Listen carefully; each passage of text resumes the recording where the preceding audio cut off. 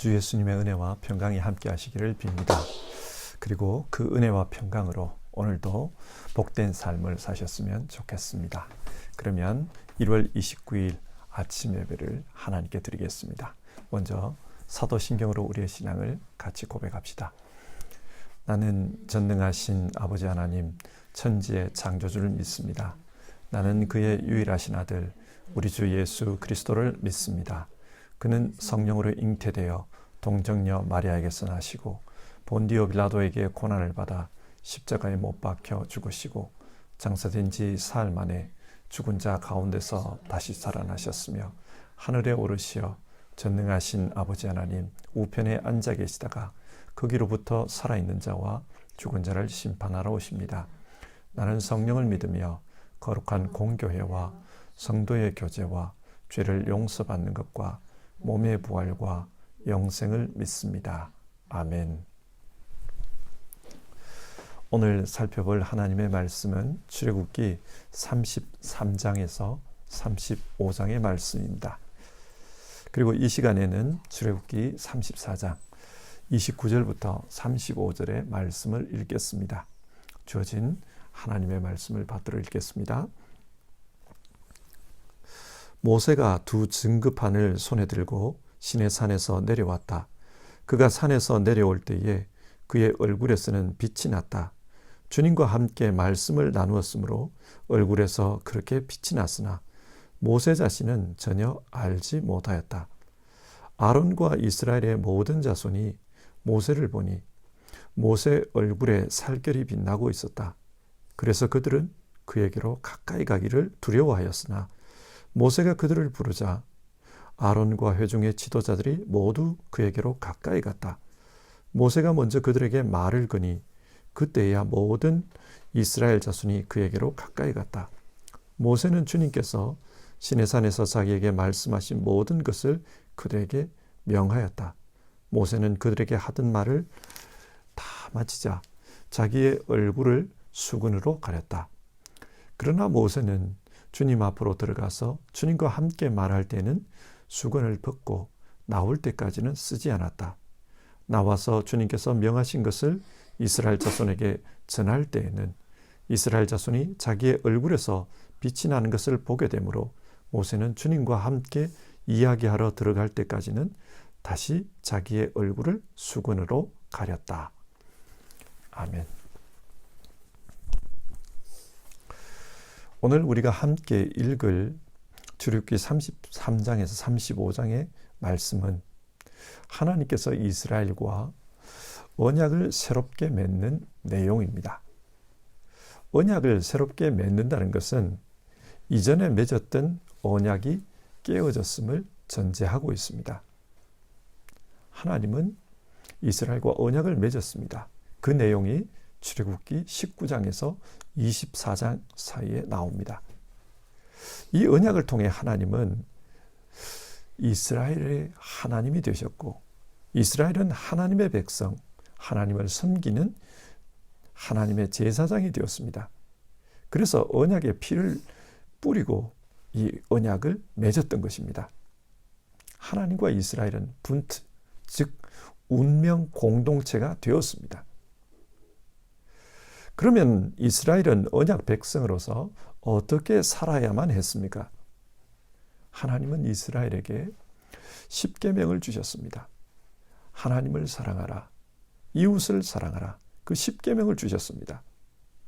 이 십계명은 하나님과 이스라엘이 언약을 맺었다는 것을 증명하는 계약서와도 같은 성격입니다. 이스라엘은 하나님과 언약을 맺으면서 이 계명을 지키겠습니다. 그렇게 맹세했습니다. 그런데 얼마 지나지 않아서 문제가 생겼습니다. 모세가 하나님의 말씀을 들으러 시내산에 올라간 사이 이스라엘 백성이 산 아래에서 금송아지를 만든 것입니다. 그리고 그 금송아지를 보며 하나님이다, 우리를 구원하신 하나님이다, 그렇게 선포하고는 그 앞에서 열광했습니다.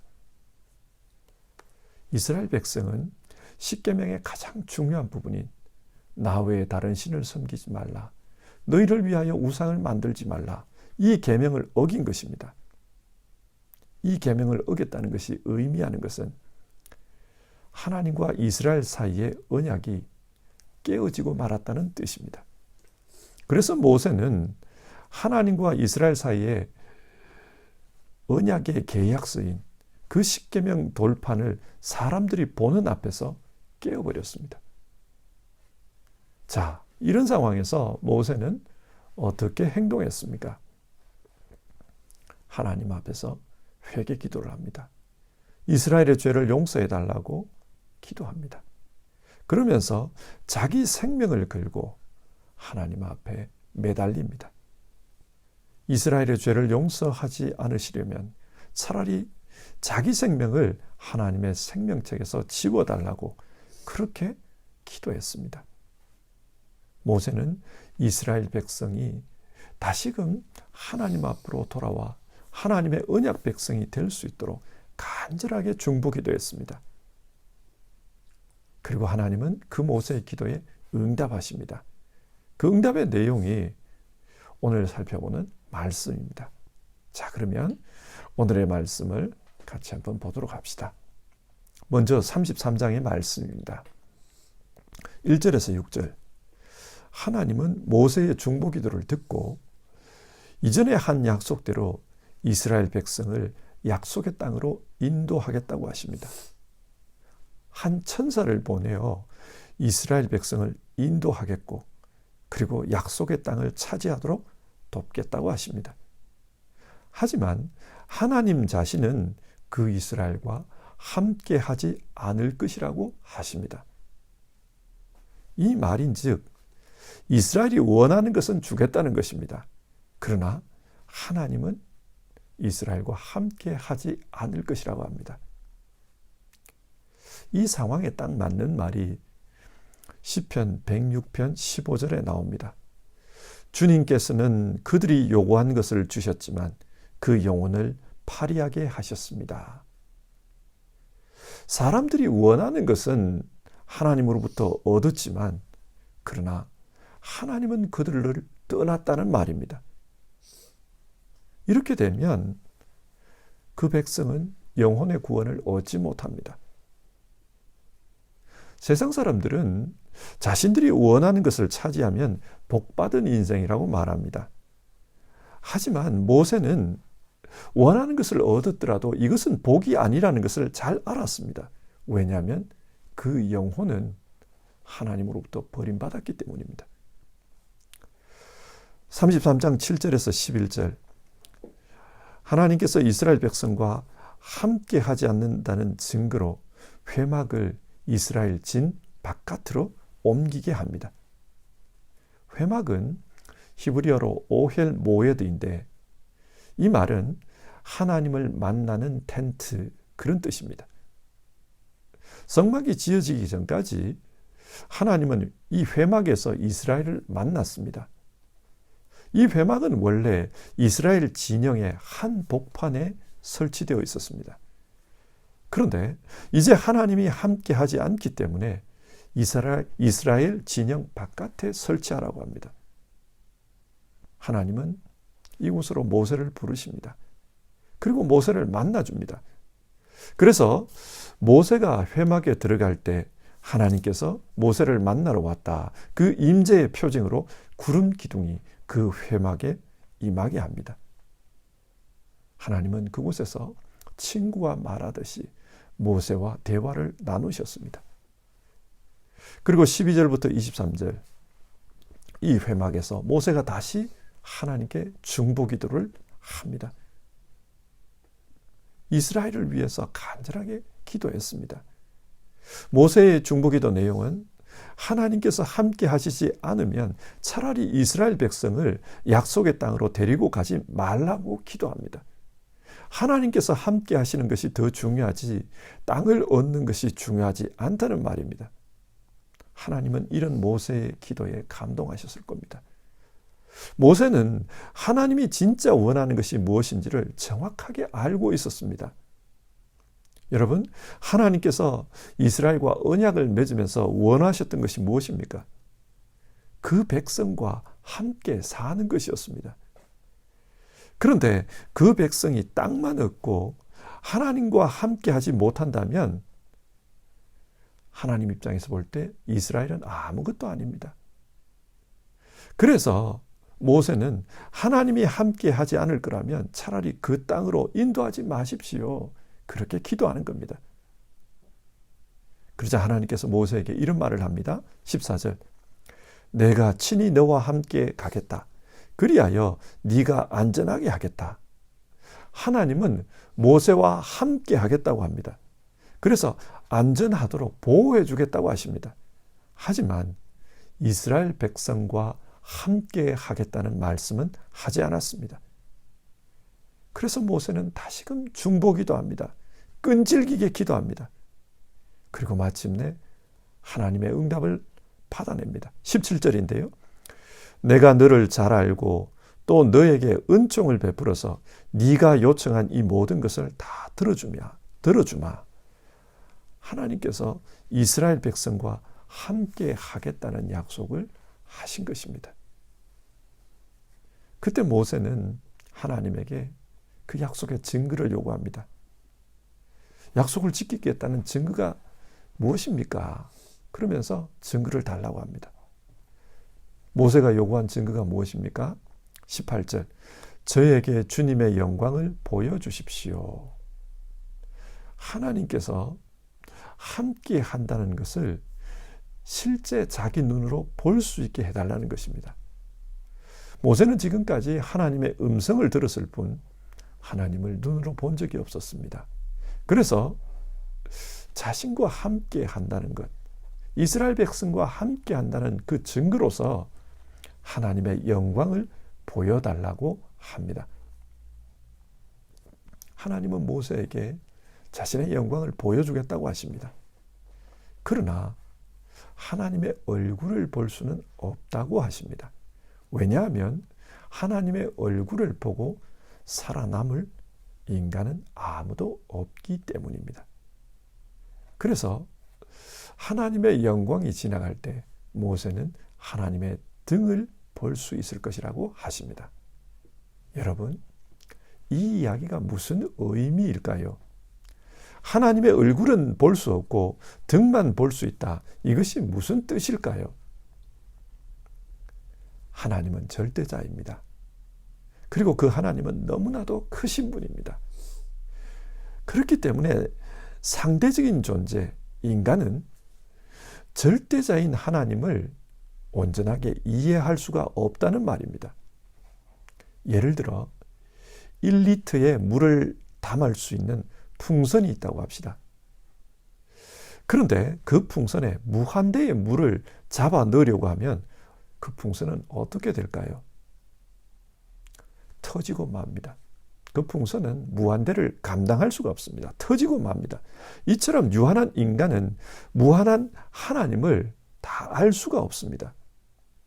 하나님을 부분적으로만 알 뿐 전체로서 알 수는 없습니다. 그래서 하나님은 등만 볼 수 있다. 그렇게 말씀하신 것입니다. 이어서 34장을 봅시다. 34장 1절에서 9절. 하나님은 모세에게 두 번째 돌판을 주십니다. 십계명이 적힌 이 돌판은 하나님과 이스라엘 사이의 언약의 계약서라고 하지 않았습니까? 하나님께서 두 번째 돌판을 주셨다는 말은 언약을 회복했다는 말입니다. 모세가 그 돌판을 받기 위해 시내산에 올랐을 때 하나님의 영광이 모세 앞으로 지나갑니다. 모세가 하나님께 영광을 보여달라고 했잖아요. 그 말씀대로 하나님께서 그 영광을 보여주십니다. 6절과 7절. 주님께서 모세의 앞으로 지나가시면서 선포하셨다. 주는 자비롭고 은혜로우며 노하기를 더디하고 한결같은 사랑과 진실이 풍성한 하나님이다. 수천 대에 이르기까지 한결같은 사랑을 베풀며 악과 허물과 죄를 용서하는 하나님이다. 그러나 나는 죄를 벌하지 않은 채 그냥 넘기지는 아니한다. 아버지가 죄를 지으면 본인에게뿐만 아니라 3, 4대 자손에게까지 벌을 내린다. 하나님은 지금 이 말씀을 하시면서 하나님의 영광을 모세에게 보여주십니다. 성경에서 영광이라는 말은 존재의 본질과 관련이 있습니다. 하나님은 영이시기 때문에 그 존재의 본질이 우리와 같은 이런 육체의 모습이 아닙니다. 하나님은 어떤 분이시냐? 자비와 은혜가 많으시고 사랑과 진실이 풍성한 분이십니다. 그래서 그 사랑을 수천 대에까지 베풀어 주시는 분이다. 그렇게 말씀합니다. 하지만 하나님은 악과 허물과 죄는 싫어하십니다. 그래서 그 죄를 3, 4대까지 벌하시겠다고 말씀합니다. 모세는 이런 하나님의 영광을 보았습니다. 사랑이 풍성하신 하나님, 그러나 죄를 싫어하시는 하나님, 그 하나님의 영광을 보았습니다. 그래서 8절, 모세가 급히 땅에 엎드렸다고 합니다. 모세가 눈으로 본 것이 구체적으로 어떤 것인지는 모르겠지만 하나님의 영광을 느낀 겁니다. 그래서 두려운 마음이 들었어요. 그래서 하나님 앞에 엎드렸습니다. 그리고 그 하나님 앞에서 기도합니다. 9절인데요. 주님께서 저에게 은총을 베푸시는 것이 사실이면 주님께서는 우리와 함께 가주시기 바랍니다. 이 백성이 고집센 백성인 것은 사실이나 주님께서 우리의 악과 우리의 죄를 용서하시고 우리를 주님의 소유로 삼아주시기를 바랍니다.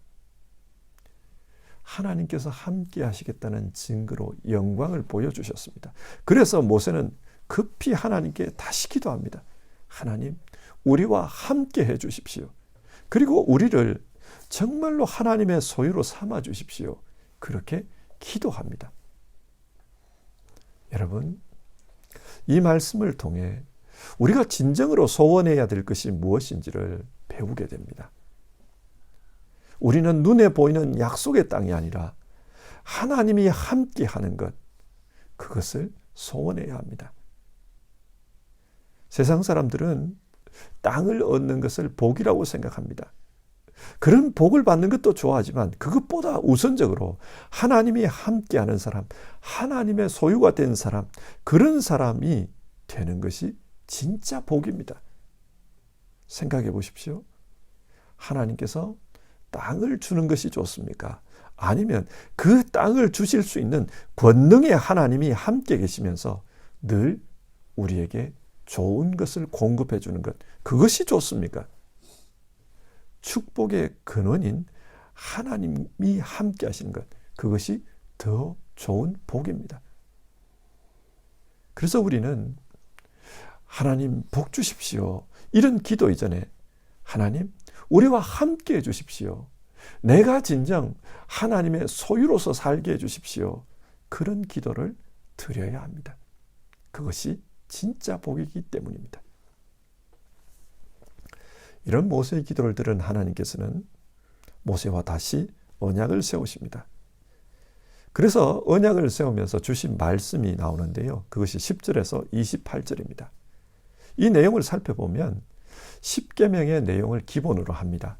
하지만 당시 상황과 관련된 구체적인 내용으로 재해석해서 언약의 말씀을 들려주고 있습니다. 하나님은 지금 구체적으로 이스라엘과 언약을 맺습니다. 적어도 너희는 이런 것은 지켜야 한다. 아주 구체적으로 말씀해 줍니다. 27절을 한번 보십시오. 너는 이 말을 기록하여라. 내가 이 말을 기초로 해서 너와 이스라엘과 언약을 세웠기 때문이다. 자, 하나님은 이 말씀을 하시면서 다시 이스라엘과 언약을 세웠습니다. 그리고 29절에서 35절, 모세가 하나님과 언약을 세우고 산에서 내려왔을 때 그때 이상한 현상이 나타났습니다. 모세의 얼굴에 광채가 난 것입니다. 그래서 사람들이 그 모세를 보면서 두려워했습니다. 모세에게 신령한 현상이 나타났다. 모세를 두려워합니다.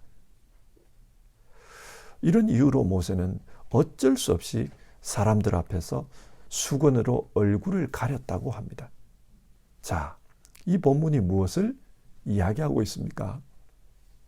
모세는 진짜 하나님의 영광을 본 것입니다. 그래서 그 하나님의 영광의 빛이 모세의 얼굴에 나타난 것입니다. 여러분, 복음이 무엇입니까? 복음은 예수 그리스도 안에 있는 하나님의 의가 우리에게 전가되었다는 것입니다. 전가되었다. 예수님에게 있는 그 의가 우리에게로 전달되어졌다. 그 말입니다. 주입되어졌다. 그 말입니다. 레위기를 보면 사람은 부정한 사람과 접촉을 하면은 그 부정이 그 사람에게 전염이 된다고 했습니다. 부정이 전염이 됩니다. 그러나 하나님은 다릅니다. 하나님과 접촉하면 하나님의 영광이 우리에게 전해집니다. 그처럼 예수님께서 우리 가운데 오셔서 하신 일은 주님 안에 있는 그 의를, 주님 안에 있는 그 하나님의 의를 우리에게 전해주신 것입니다. 그래서 우리는 의롭게 된 것입니다. 이게 뭘 의미합니까? 우리가 살 길은 주님을 가까이 하는 것입니다. 주님을 가까이 해야 우리가 살 수 있습니다. 여러분, 믿음으로 산다는 게 어떤 겁니까? 예수님을 가까이 하는 것입니다. 예수님과 함께 사는 것입니다. 그래서 그 예수님으로부터 하나님의 의가 우리에게 전해지는 것, 그게 믿음입니다. 믿음으로 살아야 우리가 진짜 살 수 있습니다. 비유해서 생각해 봅시다. 서로 남남이었던 부부가 서로를 믿습니다. 그 믿음으로 하나가 되었습니다. 그래서 부부가 되어 함께 살면 어떤 현상이 나타납니까? 두 부부가 닮아가요. 하나가 돼요. 남편의 삶에 뭔가 문제가 생기면 아내의 마음이 아픕니다. 아내가 잘못되면 남편이 아픕니다. 함께 사는 것은 이런 것입니다. 마음도 하나 될 뿐만 아니라 그 삶 자체가 하나가 되는 겁니다. 이게 믿음이에요. 믿음이란 예수님과 함께 살면서 예수님과 하나 되는 것입니다. 그래서 예수님 안에 있는 그 하나님의 의가 우리의 것이 되는 것, 이것이 믿음입니다. 믿음으로 삽시다. 믿음으로 산다는 것은 예수님과 하나 되어 사는 것입니다. 자, 이렇게 하나님과의 언약이 회복이 되자 하나님께서는 모세에게 다시 성막을 만들라고 합니다. 그래서 35장에서 40장까지 출애굽기 마지막 장까지 성막을 만드는 이야기가 나옵니다. 성막은 하나님의 집 아닙니까? 이스라엘의 진영 속에 하나님의 집을 만들어서 하나님이 다시금 이스라엘과 함께 산다는 것을 사람들에게 나타내라는 것입니다. 오늘 성경 말씀을 정리하겠습니다. 오늘 말씀은 모세가 이스라엘 백성을 위해 중보기도하는 내용입니다. 이스라엘 백성이 하나님과 맺은 언약을 깨트려 버렸습니다. 모세는 이 언약을 회복하기 위해서 하나님 앞에서 간절하게 중보기도를 드립니다. 그 결과 이스라엘은 다시금 하나님과의 언약이 회복되었습니다. 그래서 성막이 그들의 삶 가운데에 세워진 겁니다. 우리는 이 말씀을 보면서 예수님을 생각하게 됩니다. 여러분, 부활 승천하신 예수님께서 지금 어디에서 무엇을 하고 계신다고 성경은 말합니까?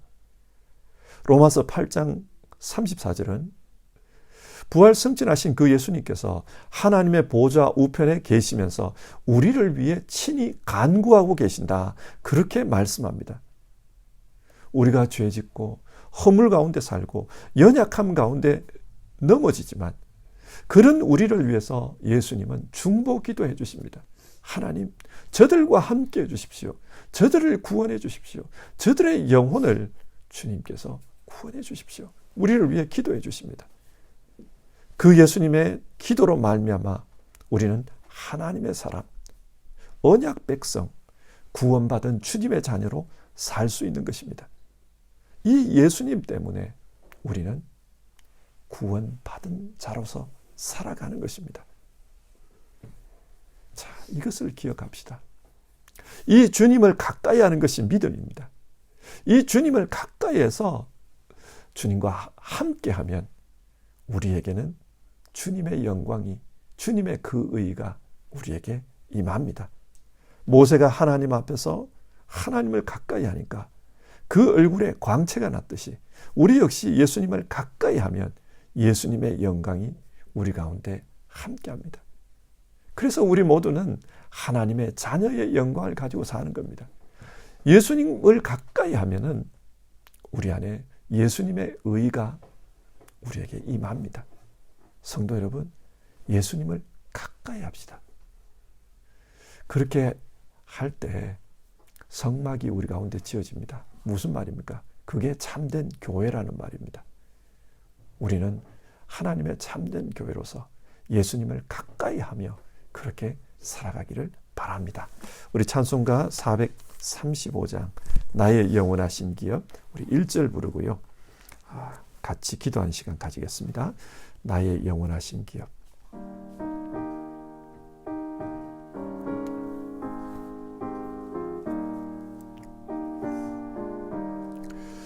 나의 영원하신 기업 생명보다 귀하다.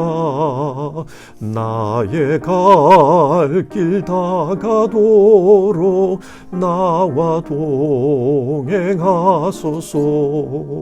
주께로 가까이 주께로 가오니 나의 갈 길 다가도록 나와 동행하소서. 아멘. 우리 이 시간 같이 기도합시다. 우리의 중보자이신 예수님을 가까이 하는 그런 삶을 삽시다. 예수님은 우리를 가까이 하기 위해서 우리를 제자로 불러주셨습니다. 너는 나를 따라오느라 우리를 그렇게 불러주셨습니다. 올 한 해 그리고 오늘 하루 정말 주님 가까이 하면서 주님 따르는 사람으로 살고 싶습니다. 주님, 우리를 도와주십시오. 정말 주님 따르면서 살 수 있도록 도와주십시오. 그래서 우리 안에 주님의 영광이, 하나님의 의가 나타나게 해주십시오. 우리 그렇게 기도합시다.